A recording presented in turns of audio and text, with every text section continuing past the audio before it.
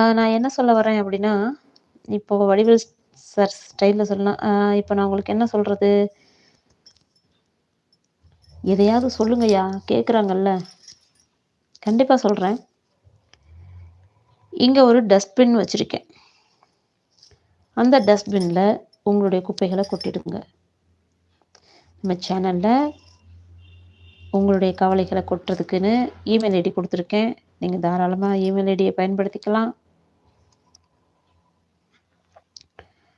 நல்ல இமெயில் ஐடிய பயன்படுத்தி, உங்கள நான் தாராளமா யாருக்கும் தெரியாது. ரகசியம் தான் அது எல்லாமே.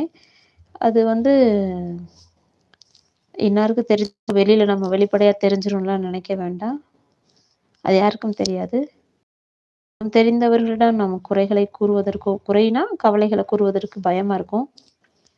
முகம் தெரியாதவர்களிடத்தில் அதிலும் நம்பிக்கையான இடத்தில் நீங்கள் தாராளமாக உங்களது கவலைகளை கொட்டிவிடலாம். கொட்டிவிட்டு பூக்கள் நிறைந்த பூக்கூடையாக உங்களது மனதை வைத்துக் கொள்ளுங்கள். தெளிந்த நீரோடையாக மெல்லிய நறுமணம் வீசும் ஒரு